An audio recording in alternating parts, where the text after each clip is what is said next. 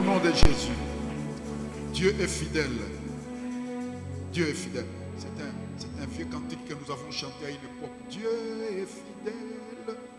Je le crois.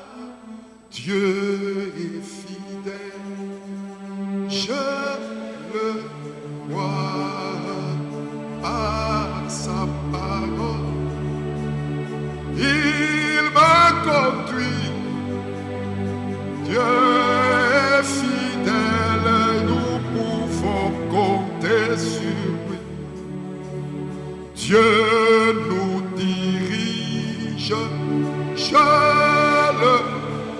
Tu n'es pas en train d'aller nulle part, il te dirige. Nous dirige. Je le crois. Tu vas à une destination, il te dirige. Par sa parole. Il nous conduit. Oh, Dieu nous dirige. Nous pouvons compter sur lui. il nous protège. Dieu nous protège. Je le crois. Dieu nous protège. Je le crois.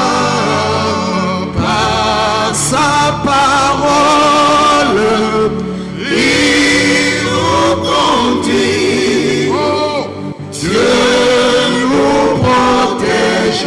Nous pouvons compter sur lui. oh oui, notre Dieu est Père. La foi est dans cet endroit, papa. La foi est comme un feu en ces lieux.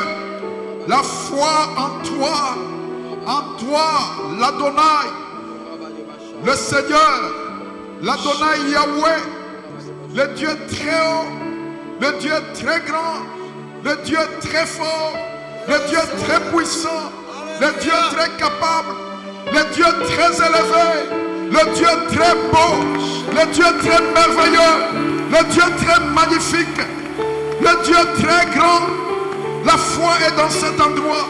La foi en ton nom, la foi en ton Fils Jésus, la foi dans ton Esprit Saint, la foi dans ta parole, la foi dans tes promesses.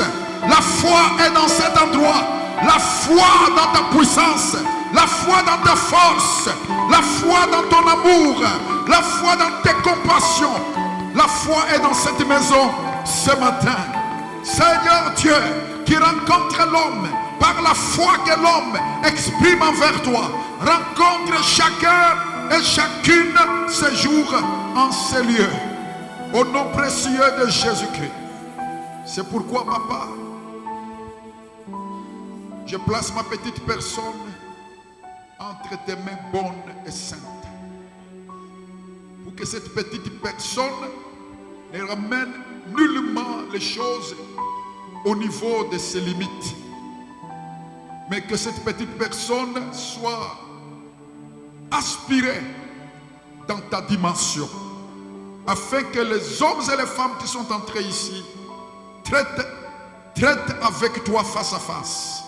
Alors que Seigneur, ils écoutent ta parole, qu'ils entendent celle qui vient de ton cœur. Celle qui connaît chaque vie, celle qui connaît chaque étape, les circonstances de chacun. Envoie-leur ta parole et que ta parole les guérisse. Seigneur Dieu, parce que tu peux utiliser n'importe quoi, utilise-moi. Comme un homme possède sa chose, possède-moi. Et que Seigneur, je sois juste l'outil que tu utilises à ton gré, au rythme parfait de ta volonté.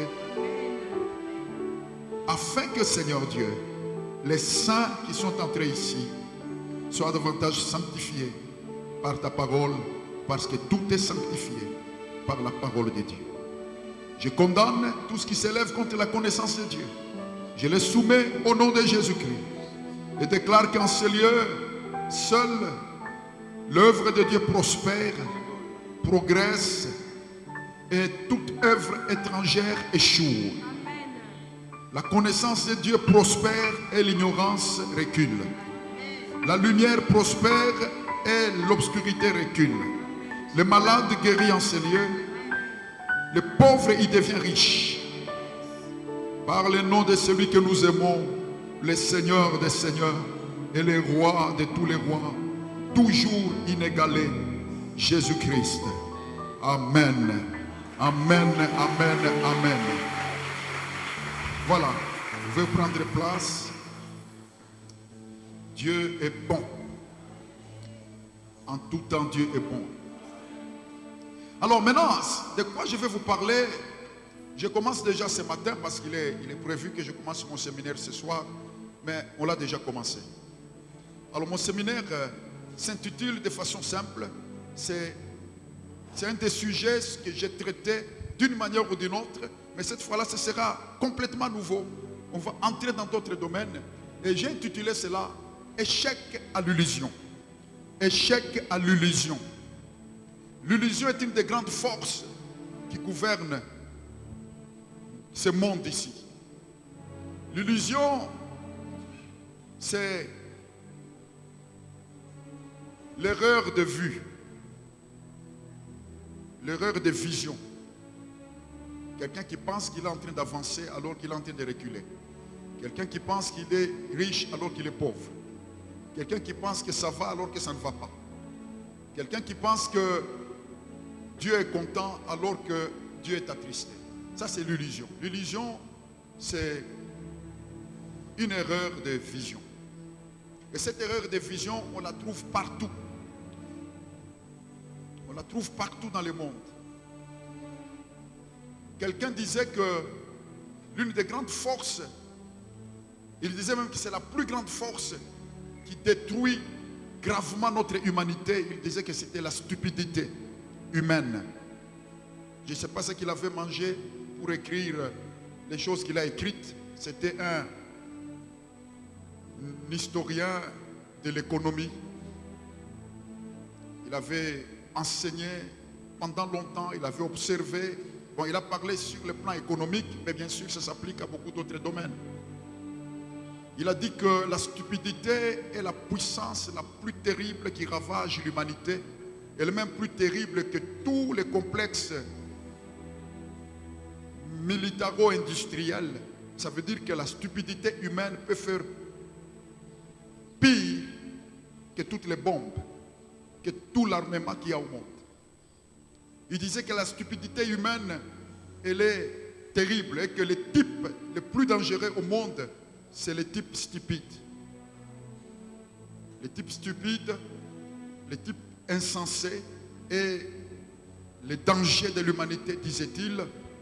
Il disait que la première loi de la stupidité humaine, c'est que toute estimation du nombre de stupides dans le monde est toujours en dessous du nombre exact de stupides qu'il y a dans le monde. Il disait que quelle que soit votre observation, votre calcul, vous allez toujours calculer en dessous du vrai nombre de stupides. Parce que le nombre de stupides est beaucoup plus grand. Ça, c'est sa première loi de la stupidité humaine. Et puis il disait que la deuxième loi de la stupidité humaine, c'est que les stupides, on les trouve dans toutes les couches de la société. Ça ne dépend pas de l'éducation de quelqu'un, ça ne dépend pas de l'intelligence de quelqu'un, ça ne dépend pas dans quelle catégorie de vie il est. Dans son observation, il a trouvé que les stupides sont dans tous les milieux, même parmi les prix Nobel. Même parmi les chasseurs de cerveaux en Polynésie. Il a trouvé qu'on trouve les stupides dans toutes les couches de la société. Il disait que l'autre loi de la stupidité humaine, c'est que dans toutes les équipes de travail, il y a toujours une certaine proportion de stupides et il n'a jamais compris pourquoi même des gens très avisés travaillent toujours avec un certain nombre de stupides dans leur équipe. Bon, évidemment, vous comprenez que c'est très agressif comme approche. C'est très agressif, mais il a écrit tout ça dans ces termes-là. Il disait que la société humaine est faite de crétins et de bandits. Le crétin, c'est quelqu'un qui provoque des pertes aux autres, mais sans gagner quoi que ce soit lui-même. Ça veut dire quelqu'un qui te fait perdre ton temps, mais lui-même il ne gagne pas son temps. Il gaspille son temps, il fait gaspiller aussi ton temps. C'est pourquoi quand tu es au ministère, fais attention, sois assuré que tout ce que tu fais, c'est Jésus qui t'ordonne de le faire. Sinon tu te seras pompé, on va te manger et parfois te faire perdre ton temps et même s'amuser de ton ministère. Il disait que c'est une catégorie d'êtres humains sur terre. Il disait que l'autre catégorie d'êtres humains sur terre, c'est ce qu'on appelle les bandits. Le bandit, lui, il ne perd pas, mais il est toujours le seul à gagner en toute transaction. Il fait perdre aux autres pour que lui gagne. Il dit que ce type-là, c'est un bandit. Parce que le sage, c'est celui qui, tout en gagnant, il fait gagner l'autre. Quelle que soit votre responsabilité dans la vie, c'est de ça qu'il a été question dans notre rencontre des ouvriers le vendredi. Je disais que quoi que nous fassions, assurons-nous que nous sommes occupés à servir l'autre. Que la chose la plus importante, vous disais-je, ce n'est pas ce que je vais devenir après avoir fait quelque chose, mais c'est plutôt quelle sera la quantité de services que je vais fournir après avoir agi. La grandeur d'un homme est dans la grandeur de son service. Ça veut dire qu'est-ce que le destinataire, quand je prêche, va recevoir comme service. C'est ça ma grandeur. Ma grandeur, ce n'est pas qu'est-ce que moi je vais devenir en faisant. Surtout à l'ère et à l'âge des réseaux sociaux où tout le monde poste n'importe quoi, tout le monde poste des choses de manière générale, juste pour qu'est-ce qu'on va penser de moi, comment je serai considéré. Et on entre au ministère sur ce modèle-là, parce que nous sommes dans l'âge du progrès. Et cette mentalité progressiste a abîmé notre façon de penser pour la plupart. On pense plus ce qu'on va devenir plutôt que ce qu'on va offrir comme service. Et quand vous êtes en train de servir Dieu dans son église, assurez-vous que vous le faites pour servir. Jésus disait que la vraie grandeur se situe dans la dimension du service. Il disait, si quelqu'un veut devenir grand, qu'il regarde son service. Si ton service est grand, tu es grand. Si ton service est petit, tu es petit. Et Jésus lui-même, n'oubliez pas qu'il n'est pas devenu grand à cause des dons et des talents. Beaucoup utilisent leurs dons et leurs talents pour s'afficher, pour devenir quelque chose. Jésus avait des dons plus que n'importe qui d'autre. Jésus a accompli plus que n'importe qui d'autre. Les miracles, il les a fait en tout genre. Ressusciter des morts jusqu'à aller au cimetière, les faire sortir du tombeau. Jésus a fait des choses extraordinaires. Mais sa grandeur véritable, vous la trouvez dans l'hymne que vous trouvez dans Philippiens chapitre 2. Dans cet hymne, il est écrit « Ayez le sentiment qui était en lui ». Il a reçu le nom souverainement élevé au-dessus de tout nom. Il a reçu la grandeur que personne ne possède. Pourquoi? Non à cause de ses dons, non à cause de ses talents, mais à cause de son service, à cause de sa loyauté, à cause de sa fidélité au service que son Père lui avait donné. C'est sur le modèle de l'obéissance à l'envoi. Lui, le vrai apôtre, parce qu'un apôtre, c'est littéralement un envoyé. Jésus a tout fait par obéissance à celui qui l'a envoyé. C'est pourquoi la grandeur dont nous connaissons de lui, il a reçu, la Bible dit, à cause de son obéissance, à cause de son service. C'est le grand secret. Donc nous sommes, mes amis, dans un temps où nous devons bien calculer. Nous devons bien calculer. Donc la stupidité, c'est la Bible qui en parle, au fait. Quand vous allez dans Romains 8, la Bible dit le monde entier est sous la gouvernance de la vanité, de la futilité. Sous la puissance de l'illusion. On a l'impression qu'on a fait une grande distance alors qu'on est au même point. On a l'impression qu'on a servi Dieu alors qu'on a seulement transpiré et qu'on est seulement fatigué.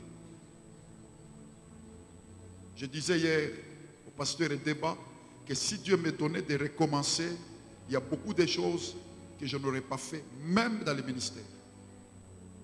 Il y a beaucoup de choses que je ne ferais pas si Dieu me ramenait à ma jeunesse. La vanité est quelque chose qui colle à la peau de l'être humain. Depuis le péché d'Adam et Ève.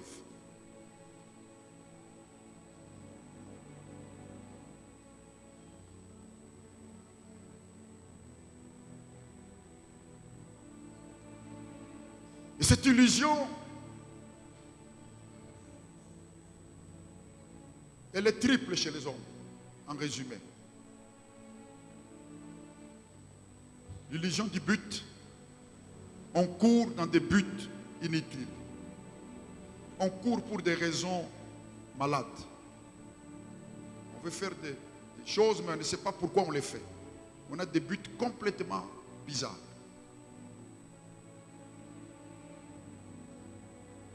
L'illusion du but. Une des grandes bénédictions qu'un être humain puisse posséder sur cette terre, c'est avoir les vrais buts. Les vrais buts dans la vie. Les vrais buts. La deuxième illusion qui s'attache à la chair de l'être humain, c'est l'illusion de la direction. Parfois on peut savoir les buts, mais on prend complètement une autre direction, mais on est assuré qu'on est dans la bonne voie. Sans la grâce de Dieu, n'importe qui est capable de se tromper. L'illusion de la direction est quelque chose de dangereux. Et ma prière, c'est que dans ce séminaire que nous commençons aujourd'hui, d'ici mercredi, que la question des cancers de l'illusion, même l'illusion la plus subtile, la plus cachée, que ça soit traité. N'oubliez pas que notre ancêtre Adam a été trompé pour faire chuter toute l'humanité. La tromperie est intense dans notre humanité. N'importe qui peut être trompé. N'importe qui. Et on ne peut même pas savoir à quel moment on est tombé dans la tromperie. On peut peut-être même tromper dans des choses qui nous paraissent essentielles, comme la prière. On prie beaucoup, mais on prie sans intelligence. On prie beaucoup, mais la direction est complètement faussée. Et la troisième illusion qu'on trouve chez les hommes, c'est l'illusion, la présomption de la compétence, la présomption de la puissance. Beaucoup de gens pensent qu'ils sont capables, ils pensent qu'ils ont beaucoup de valeur, ils ont beaucoup d'importance, mais ils sont dans l'illusion. Alors je vous invite à ouvrir avec moi la parole du Seigneur, la Bible. Nous allons au chapitre 3, Apocalypse, au chapitre 3, à partir du verset 14. Et c'est par là que je vais commencer mon parcours avec vous jusqu'à mercredi soir. Apocalypse au chapitre 3, à partir du verset 14.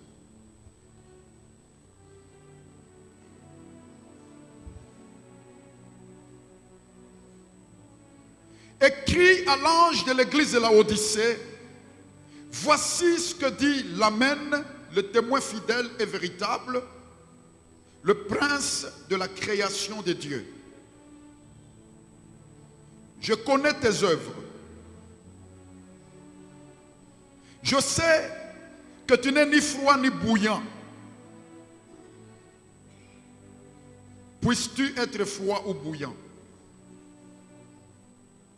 Ainsi, parce que tu es tiède et que tu n'es ni froid ni bouillant, je te vomirai de ma bouche.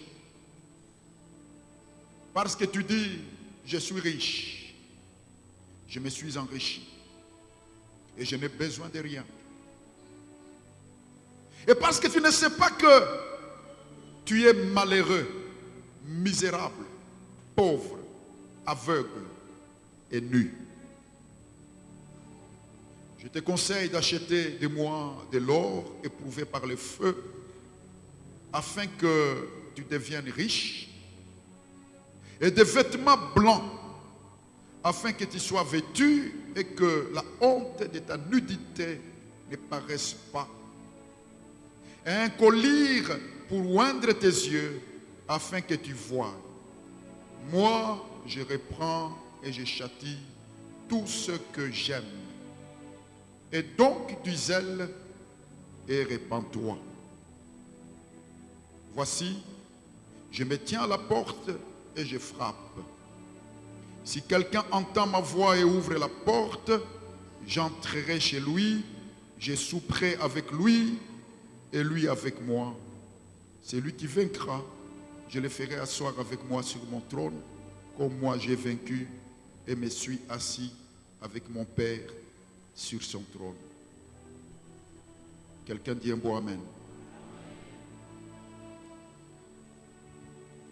La première chose que je vais vous dire ce matin, je l'intitule de manière très simple, souper avec Jésus. Si nous voulons vaincre l'illusion, soyons sûrs que nous mangeons avec Jésus, que nous sommes à sa table, nous soupons avec lui. Souper avec lui, au fait, c'est l'antidote contre l'illusion. L'église dont il est question, l'église de la Odyssée, cette église de l'Asie mineure à l'époque, se situait dans une localité géographiquement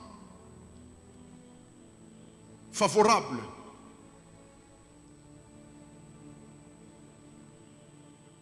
Et puis en plus, il y avait une industrie qui enrichissait beaucoup de gens, l'industrie du collyre, une poudre qui était utilisée pour les soins des yeux, pour la guérison des yeux.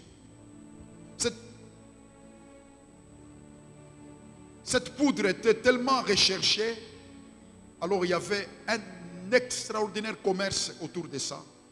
Ce qui fait que dans cette localité-là, les gens, il y avait beaucoup de trafic, beaucoup d'agitation autour de cette poudre. Et ce collyre est la chose qui était importante. C'est comme le cacao en Abidjan, ou le diamant dans les Kasaï, ou le cuivre dans les Katanga. Une richesse d'une localité. Donc, les gens, on sent qu'ils tournent autour de ça. Toute la vie tourne autour de ça.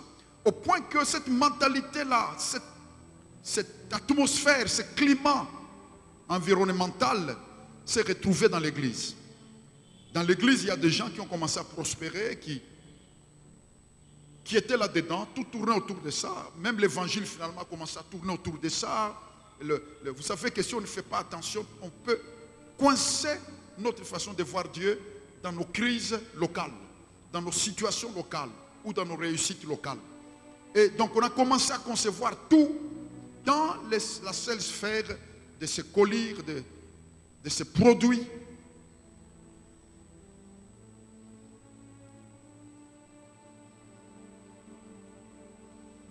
Et du coup, cette église s'est attiédie, elle est devenue froide.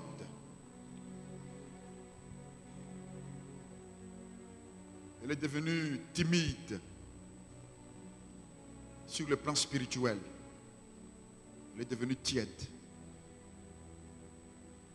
Ni à gauche, ni à droite. Ni devant, ni en arrière.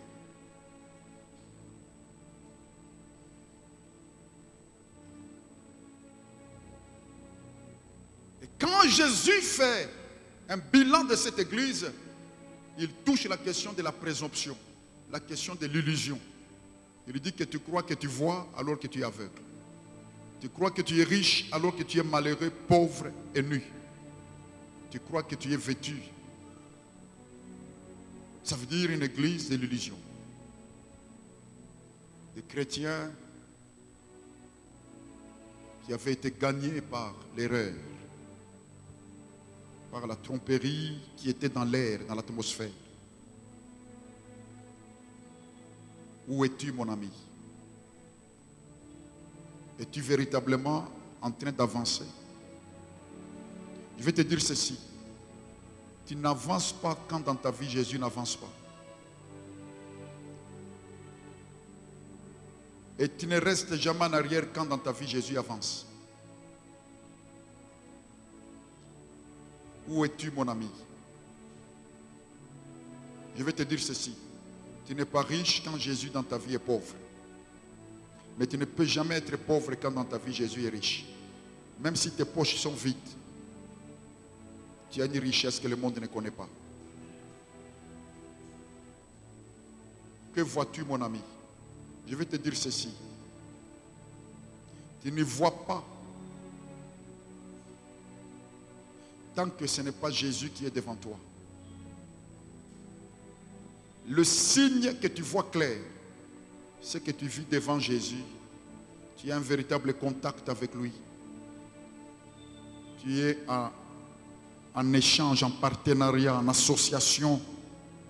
Comme un homme s'associe avec un homme, un partenaire. Quand tu es en équipe avec Jésus, il est constamment devant toi, alors tes yeux voient.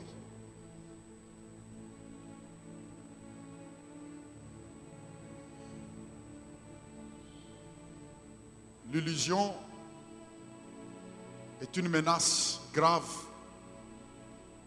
pour la vie d'un être humain vivant sur cette terre. Quelqu'un lève la main droite, il dit: j'aime le Seigneur Jésus. J'aime le Seigneur Jésus. Et encore une fois, j'aime le Seigneur Jésus.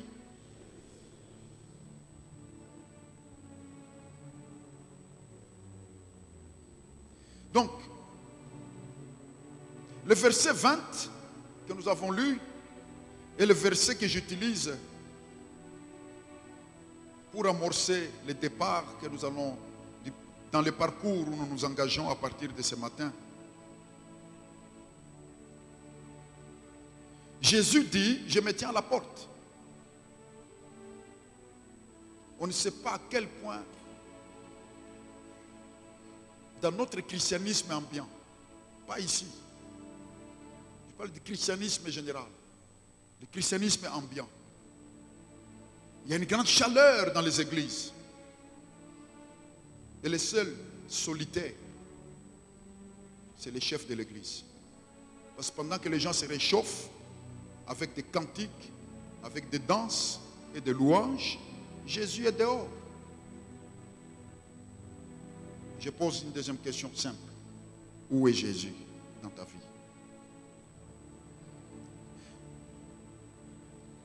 Jésus dit: je me tiens à la porte. Cela signifie que ce n'est jamais Jésus qui s'éloigne. Parce que même quand on le met dehors, il s'attarde encore à la porte. Parce que son élan, c'est toujours venir. C'est toujours un Dieu qui vient. Quand il s'en va au ciel, il dit: je vais revenir. C'est toujours un Dieu en train de venir. Il tient à nous. Il nous aime tellement.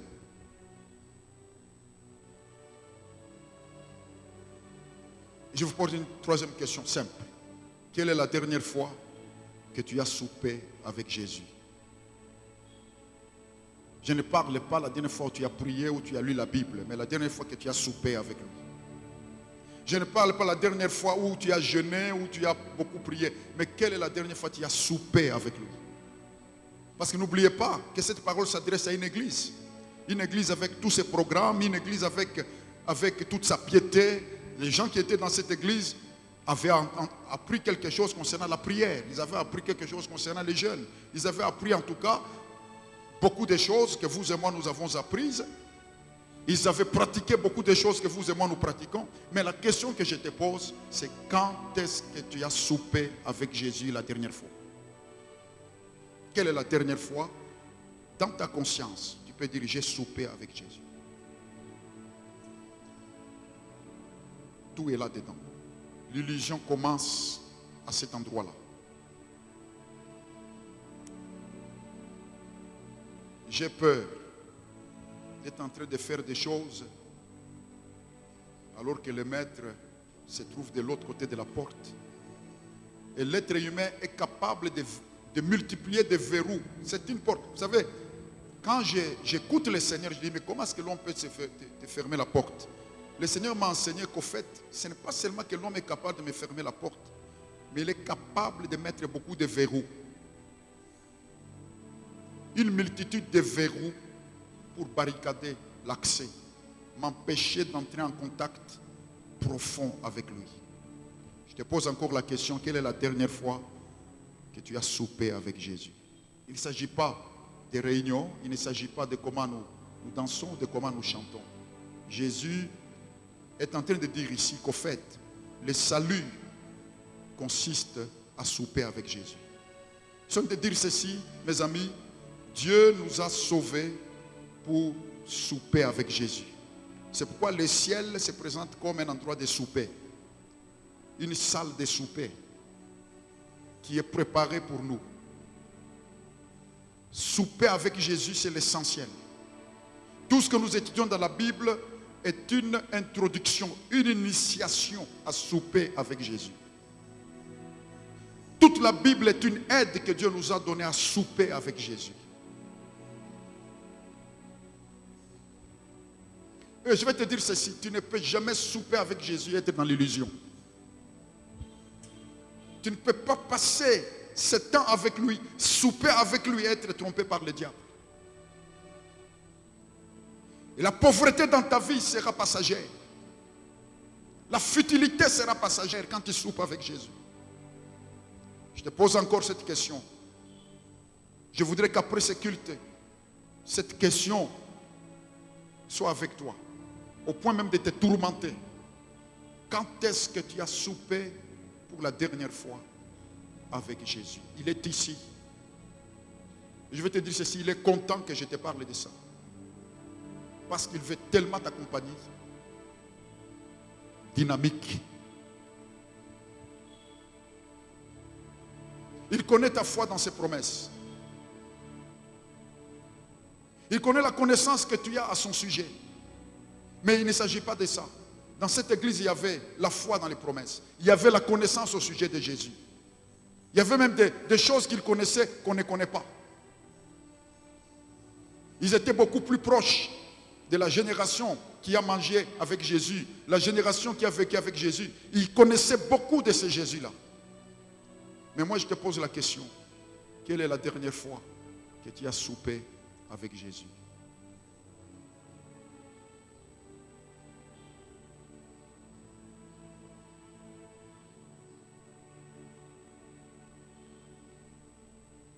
Alors, la question que je peux entendre dans l'air, c'est quoi souper avec Jésus? Ce matin, j'utilise des itinéraires simples. Mon but n'est pas de vous faire un grand message. Mon but est de vous interpeller. Je vais utiliser des itinéraires très très simples. Souper avec Jésus, c'est premièrement, en priorité, la priorité des priorités, vivre dans sa présence. Vivre dans la présence de Jésus. Ça veut dire ne pas seulement avoir la Bible de Jésus, mais avoir la présence de Jésus de la Bible. Je répète, ne pas seulement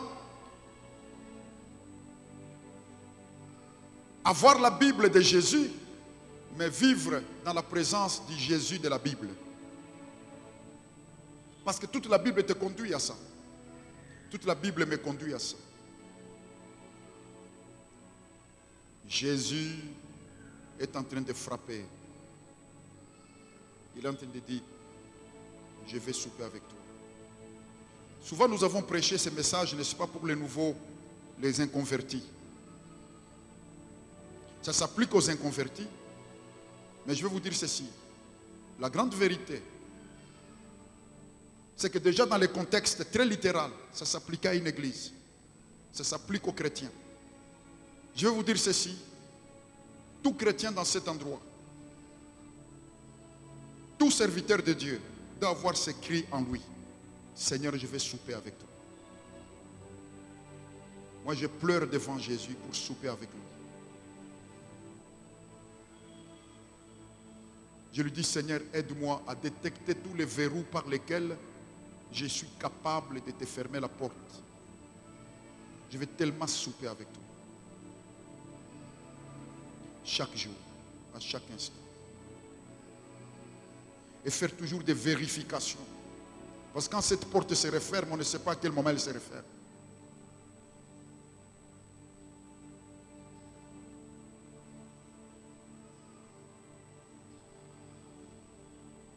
Quelle est la dernière fois que tu as soupé avec Jésus?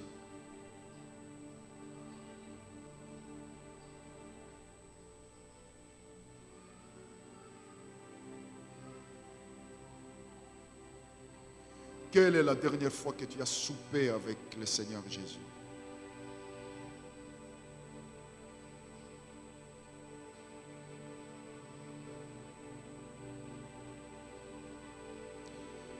Le premier signe que tu soupes avec Jésus, c'est que tu as la présence de Jésus. Vous savez, quand quelqu'un est présent, là où vous êtes, vous savez que la personne qui est à côté de vous, elle est présente. Vous le savez.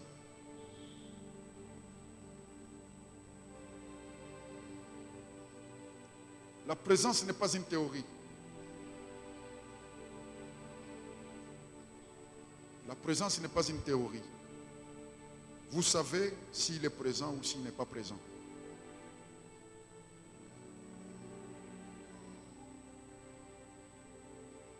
Je vais dire ceci, mes amis. Notre Jésus ne veut pas seulement que nous croyions en lui, il veut que nous l'ayons présent. Présent comme un ami. Le premier signe que vous soupez avec Jésus,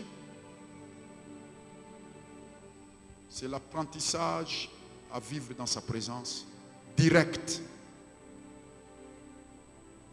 Pendant que je vous parle ici,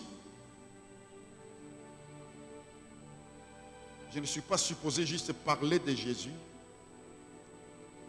mais en contact avec lui. Parce que il s'appelle Yahweh Shammah. C'est un Dieu présent. Il s'appelle Emmanuel. Il est au milieu des hommes. Il est le Dieu de la présence. Quelle est la dernière fois que tu as soupé avec Jésus?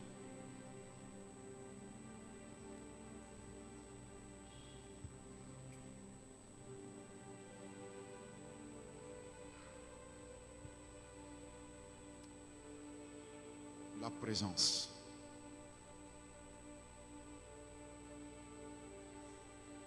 Et je vais te dire ceci. Il n'y a aucune place pour l'illusion dans la présence de Jésus. Dans la présence de Jésus, tu auras des victoires en grandeur nature, vraies victoires. Tu vas avancer véritablement. Parce que sa présence est vérité.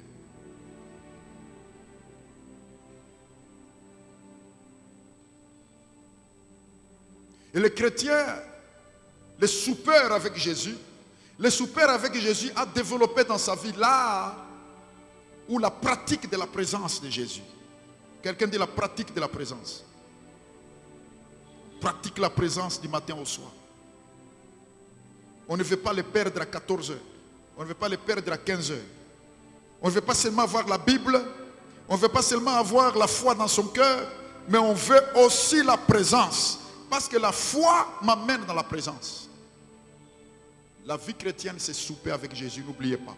Jésus nous a sauvés pour souper avec lui. Je répète, Jésus nous a sauvés pour souper avec lui.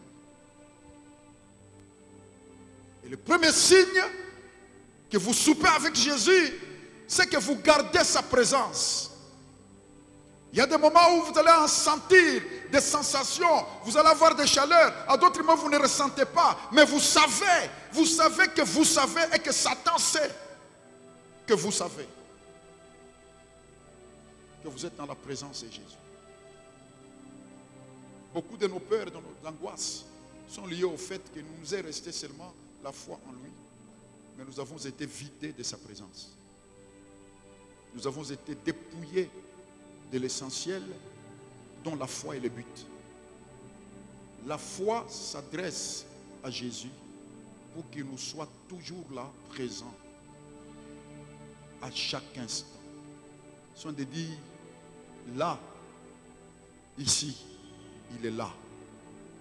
Je vous disais tout à l'heure qu'il est content que je vous dise ça, parce qu'il est en train de se frayer le chemin pour qu'aujourd'hui, tu te retrouves devant les mets succulents à la table de Dieu. Et quand tu manges à cette table, David dit, quand je mange à cette table, mon onction augmente. Tu tuiles ma tête. Ma coupe déborde. Et quand je mange à cette table, mes ennemis deviennent pâtis. Je triomphe de tout ce que Satan fait. Et je souhaite dire à quelqu'un ici, à la table de Jésus, il y a la victoire. À la table de Jésus, il y a la transformation. À la table de Jésus, il y a les changements. Tu as été sauvé pour souper avec Jésus.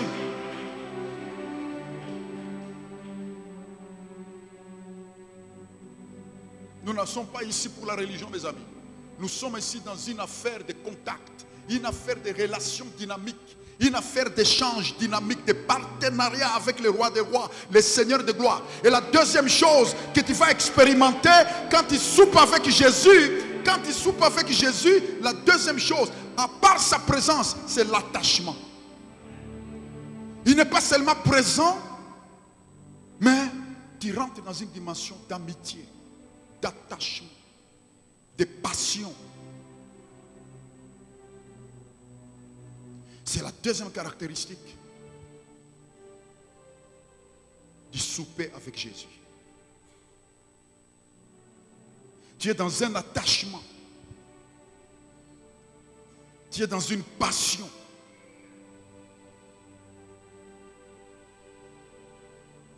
Quelqu'un dit un bon amen. Avez-vous remarqué que Jésus n'a pas dit, si quelqu'un m'ouvre la porte, je vais prendre un petit déjeuner avec lui. Le petit déjeuner, ça passe vite. Mais souper, c'est s'installer. Oh, je suis en train ici de plaider pour le ministère d'installation dans la présence de Jésus. Plus que le Jésus qu'on visite de temps en temps, mais le Jésus devant qui on s'installe. C'est pourquoi vous remarquerez que quand vous priez pressé, ça ne passe pas. Jusqu'à ce que votre prière... Vous savez qu'il y a un moment dans la prière ne s'adresse même pas à Dieu. Elle s'adresse d'abord à nos angoisses, à nos peurs, pour les vaincre. À nos stress. Jusqu'à ce qu'à un moment donné, le repos s'installe. À ce moment-là, la présence de Dieu est là. Parce que Jésus n'a pas dit, il va prendre un sandwich avec toi. Il n'a pas dit, il va faire un goûter. Ou une amuse-gueule. Une mise en bouche. Non, il a dit, je souperai. Ça veut dire, avec Jésus, on ne mange pas debout, on mange assis. On mange installé. Ça veut dire, quand tu n'es pas prêt à du temps de qualité, tu ne vas pas souper avec lui. Il faut donner de la qualité, de la valeur. Jésus, au fait, c'est un passionné de grands amours. Jésus est un amoureux fou. Il l'aime follement. Quand quelqu'un aime jusqu'à mourir à la croix de cette manière, c'est un amoureux, mes amis. Jésus est un amoureux. Il y a quelques années, il m'a dit, je viens maintenant me présenter à mon église comme l'amoureux de mon épouse. Vous m'avez vu comme les grands capitaines, les grands commandants de l'armée. Vous m'avez vu comme les grands guerriers, les grands guérisseurs. Mais maintenant, je vais me révéler à mon peuple comme les grands amoureux. Je suis en train de dire à quelqu'un, Jésus t'aime. Tu es important, tu as de la valeur à ses yeux. Peut-être les gens ne font pas attention à toi, mais Jésus est en train de plaidoyer ce matin. Il est en train de dire, je vais souper avec toi. Je vais passer du temps avec toi. Je vais passer du temps de qualité avec toi. Je vais manger avec toi. Je vais passer du temps avec toi. Je vais passer du temps avec toi.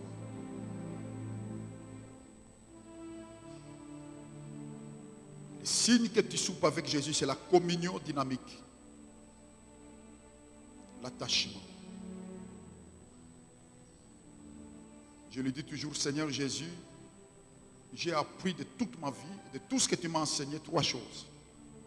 La première, ça c'est la conclusion à laquelle je suis arrivé depuis quelques années. Je suis né sur cette terre. Tous les événements que j'ai vécus, la manière dont je suis venu au monde, tout était organisé pour une chose. C'est qu'un jour, sur cette terre, je t'ai rencontré. C'est la première raison pour laquelle je suis né. Rencontrer l'homme de Galilée. Rencontrer l'homme qu'il faut rencontrer. Rencontrer l'homme grand, l'homme élevé, l'homme magnifique, l'homme merveilleux, l'homme qu'il faut rencontrer. C'est pourquoi vous et moi, comme des fous, nous circulons les rues, nous allons partout pour dire, rencontrer Jésus, parce que c'est l'homme qu'il nous faut rencontrer. Et au fait, je me suis rendu compte que même notre naissance, son but, c'était qu'un jour on le rencontre. Et la deuxième chose, lui dis-je toujours, je suis né pour m'attacher à toi. Et la troisième chose, je suis né sur cette terre pour me préparer à m'en aller avec toi. Paul disait être avec Jésus, quelqu'un dit avec moi, être avec Jésus, souper avec Jésus, être avec Jésus. C'est pourquoi Dieu nous a créés pour ça. C'est pourquoi je vous disais que Dieu nous a créés pour souper. Parce qu'au fait, Dieu, en nous créant, il nous avait vus avec Jésus. C'est pourquoi Jésus dit, je suis le vrai cep, vous êtes les sarments. Dieu nous avait vus déjà attachés à Jésus. L'attachement, cette communion avec Jésus, c'est ça, souper avec Jésus. Dieu nous avait vus déjà liés à Jésus, comme les membres du même corps. C'est pourquoi quand l'apôtre Paul parle du mariage, beaucoup de gens ils pensent que le mariage qu'ils voient dans la Bible entre Jésus et l'Église, c'est une image. Non, c'est ton mariage terrestre, c'est mon mariage terrestre qui est une image du mariage. Parce que ma Bible ne dit pas que parce que l'homme et la femme se marient, Jésus se mariera. La Bible dit parce que nous sommes l'épouse de Jésus. C'est pourquoi l'homme quittera son père et sa mère. C'est ce que Paul dit. Paul dit parce que nous sommes membres de Christ, Ephésiens 5 à partir du verset 30, que l'homme doit aimer sa femme comme lui-même. Parce que nous sommes membres de Christ, l'homme quittera son père et s'attachera à sa femme. Et les deux ne seront plus deux, ils deviendront une seule chair. La Bible dit parce que, ça veut dire qu'il y a une cause du mariage terrestre. La cause du mariage terrestre, c'est qu'avant que l'univers soit créé, le père a regardé son fils et a dit, fils, je ne te laisserai pas seul. Je te ferai une femme qui sera semblable à toi. C'est pourquoi il a créé l'univers, c'est pourquoi il a créé la planète Terre. C'est pourquoi il a créé une humanité. Ça veut dire, ni t'étais Jésus, toi et moi nous n'existerions pas. Jésus est la raison de l'univers. Jésus est la raison de notre existence. Jésus est la cause de notre famille sur terre. Jésus est la cause de notre histoire. Jésus est la cause de notre présence sur terre. Parce que le Père, dans cet invisible, alors qu'il n'y avait ni ciel ni terre, je parle du ciel sidéral, de cet univers matériel, il n'y avait pas tout ça. Le Père a dit à son fils, je vais te faire une femme. Et il s'est engagé à créer une terre, à créer une humanité. Et là maintenant il est occupé à sélectionner depuis des millénaires la femme de Jésus. Et la Bible dit, lorsque cette femme se présentera vêtue de blanc, la Bible dit Dieu est entré dans son règne, parce que son travail est fini. C'est la même chose qui s'est passé dans Genèse. Dès que Dieu a marié Adam et Ève, Dieu s'est reposé. Parce que le mariage, c'est ça le but. C'est pourquoi le mariage est la cause de notre présence sur terre. C'est pourquoi Paul dit être avec Christ est de beaucoup les meilleurs. C'est pourquoi même mourir est un gain. Il dit je voudrais m'en aller, mais si je reste, c'est à cause de votre avancement, c'est à cause de votre utilité. Mon bonheur n'est pas terrestre. Mon bonheur c'est être avec le Christ, parce qu'avec le Christ c'est un bonheur supérieur à tous les bonheurs. Souper avec Jésus est la meilleure chose pour laquelle toi et moi nous sommes nés. Que Dieu te bénisse. Nous allons poursuivre ça ce soir et les jours qui viennent. Et nous allons apprendre beaucoup de choses. Vous allez voir comment à la table de Jésus, vous allez résoudre des problèmes. Vous allez vaincre l'illusion à cette table-là. Satan ne vous trompera jamais si vous devenez un bon soupeur avec Jésus. Seigneur, garde ton peuple. Amène ton peuple dans cette dimension de l'attachement, de souper avec toi, de se nourrir de ta présence. De jouir de toi, Jésus.